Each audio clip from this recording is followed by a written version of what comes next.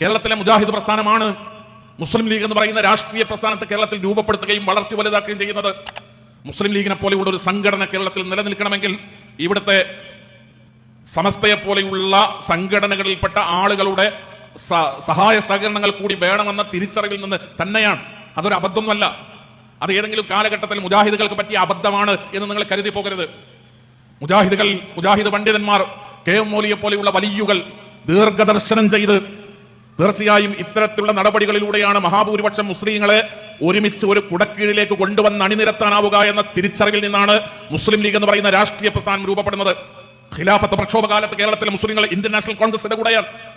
Indian national Congress ഖിലാഫത്ത് പ്രക്ഷോഭകാലത്ത് 1921 ലഹള കഴിയുമ്പോൾ Indian national Congress ഇന്ത്യയിലെ കേരളത്തിലെ മുസ്ലിങ്ങളോട് വലിയ വഞ്ചന കാണിച്ചു എന്ന് പറഞ്ഞുകൊണ്ടാണ് കോൺഗ്രസ് രാഷ്ട്രീയത്തിൽ നിന്ന് കെ എം മൗലവി അടക്കമുള്ള കെ എം സീരീസ് സാഹിബ് അടക്കമുള്ള ആളുകൾ മുസ്ലിം ലീഗ് രാഷ്ട്രീയത്തിലേക്ക് മാറി ചേക്കേറുന്നത് ചരിത്രത്തിൽ നമ്മൾ വായിക്കുന്നത്. ഇന്ത്യൻ നാഷണൽ കോൺഗ്രസ് 1921 കലാപകാലത്ത് മലബാറിലെ മുസ്ലിങ്ങളെ ഒറ്റപ്പെടുത്തി. മുസ്ലിങ്ങൾക്ക് അനുകൂലമായ സമീപനങ്ങൾ സ്വീകരിച്ചില്ല. കലാപബാധിത പ്രദേശങ്ങളിലേക്ക് കടന്നു വന്നുകൊണ്ട് കേരളത്തിലെ മലബാറിലെ മുസ്ലിങ്ങൾക്ക് സംരക്ഷണം കൊടുക്കുന്നതിന് അന്ന് ഇന്റർനാഷണൽ കോൺഗ്രസിന്റെ നേതാക്കന്മാർ സന്നദ്ധരായില്ല. ഈ പരാതി പറഞ്ഞുകൊണ്ടാണ് കോൺഗ്രസിനെ വിട്ടുകൊണ്ട് മുസ്ലിങ്ങൾക്ക് ഒരു രാഷ്ട്രീയ പ്രസ്ഥാനം എന്ന് പറയുന്ന ഒരു ആശയം കേരളത്തിൽ രൂപപ്പെടുത്തുകയും ഇന്ത്യൻ യൂണിയൻ മുസ്ലിം ലീഗിന്റെ യൂണിറ്റുകൾ രൂപീകരിച്ചുകൊണ്ട് മുജാഹിദുകൾ രംഗത്ത് വരികയും ചെയ്യുന്നത്. മുസ്ലിം ലീഗ് മുജാഹിദുകളുടെ മാത്രം ഒരു സംഘടനയായി പരിമിതപ്പെട്ടുകൂടാ എന്ന് ചിന്തിച്ചു മുജാഹിദ് പണ്ഡിതന്മാർ. മുജാഹിദുകൾ മാത്രമുള്ള ഒരു കൂട്ടായ്മയായി മുസ്ലിം ലീഗിനെ പോലെയുള്ള ഒരു രാഷ്ട്രീയ സംഘടന പരിമിതപ്പെട്ടു പോകരുത്.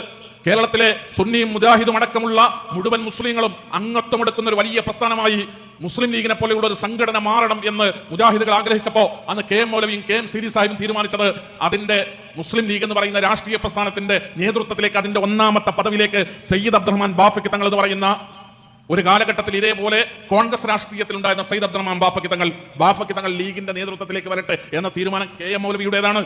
സമസ്തയല്ല ലീഗിന്റെ തലപ്പത്തേക്ക് ബാഫക്കി തങ്ങൾ നിർദ്ദേശിക്കുന്നത്. സമസ്തയുടെ തീരുമാനത്തിൽ നിന്നല്ല ലീഗിന്റെ തലപ്പത്തേക്ക് സയ്യിദ് അബ്ദുറഹ്മാൻ ബാഫക്കി തങ്ങൾ കടന്നു വരുന്നത്. മുസ്ലിം ലീഗ് എന്ന് പറയുന്ന രാഷ്ട്രീയ സംഘടനയുടെ നേതൃത്വത്തിലേക്ക് തങ്ങൾ കുടുംബത്തിൽ നിന്ന് അഹ്ലുബൈത്തിൽ നിന്ന് ഒരാൾ വേണമെന്ന് സമസ്ത തീരുമാനിച്ചതല്ല. ആ തീരുമാനം കെ എം മൗലവിയുടേതാണ്. ആ തീരുമാനം കെ എം സീരീസ് സാഹിബിന്റേതാണ്. ഒരൽപ്പം ഒരു പടി പിന്നിലേക്ക് നിന്നിട്ടാണെങ്കിലും സയ്യിദ് അബ്ദുറഹ്മാൻ ബാഫക്കി തങ്ങൾ മുന്നിൽ നിന്ന് അദ്ദേഹത്തിന്റെ പിന്നിൽ നിന്നുകൊണ്ടാണെങ്കിലും കേരളത്തിലെ മുസ്ലിങ്ങൾക്ക് മുസ്ലിം ലീഗിനെ പോലെയുള്ള ഒരു രാഷ്ട്രീയ പ്രസ്ഥാനത്തിന്റെ താങ്ങും തണലും ഉണ്ടാകണം എന്ന് 1940-കളിൽ കേരളത്തിലെ മുജാഹിദുകൾ ചിന്തിച്ചപ്പോ ഇന്ന് മുസ്ലിം ഐക്യം പറയുന്ന പല ആളുകൾക്ക് അത് ബോധ്യപ്പെടാൻ 2000 കഴിയേണ്ടി വന്നു എന്നതാണ്. നിങ്ങൾ ഒരുപാട് നോക്കിയതാണ്.